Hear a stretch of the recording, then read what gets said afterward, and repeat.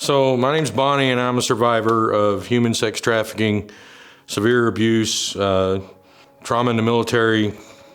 All my life I've been through homelessness and poverty and a lot of adversity. You name it, I've pretty much been through it and survived. Well, I want to tell you about fear because I suffered from fear a lot. It used to control me. When you're afraid of something, it's because you don't believe that there's any way to anybody to help you get through it, or that you could get hurt and there isn't something greater than you that can help you through it.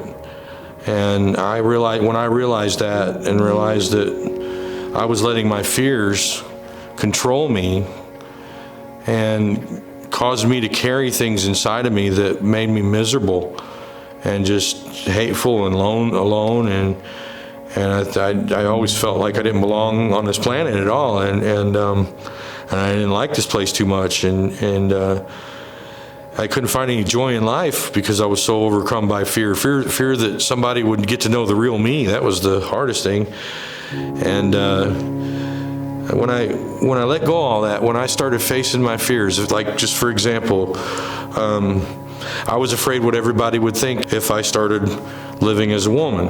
And I was afraid that what people would look at me and see if I was to wear women's clothing.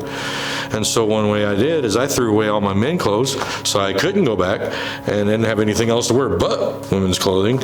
And so I faced that fear, and you know what? I mean, it didn't take long, and I'm no longer afraid of, I'll wear if I want to go down the street in a pair of roller skates, 2 big pieces of bread and some mayonnaise and bologna taped in front and back as a big bologna sandwich for the day, I'll do it. I just am who I am, and if people can't get over it, well, that's their problem. I found that most of my fears were that way. If I simply faced my fears, talked about them, exposed them, then I was set free of them.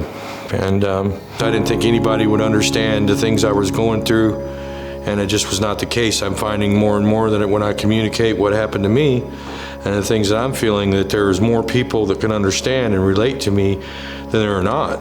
And that there's really no reason to feel alone or separated, or there's just no help or hopelessness, because there is help out there. And if you don't speak up and ask for it, no one will know.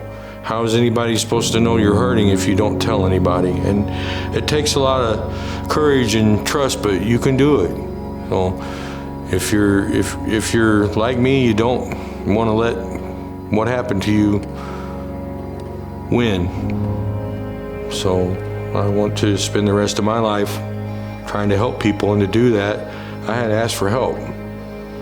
You can't get better if you don't ask for help.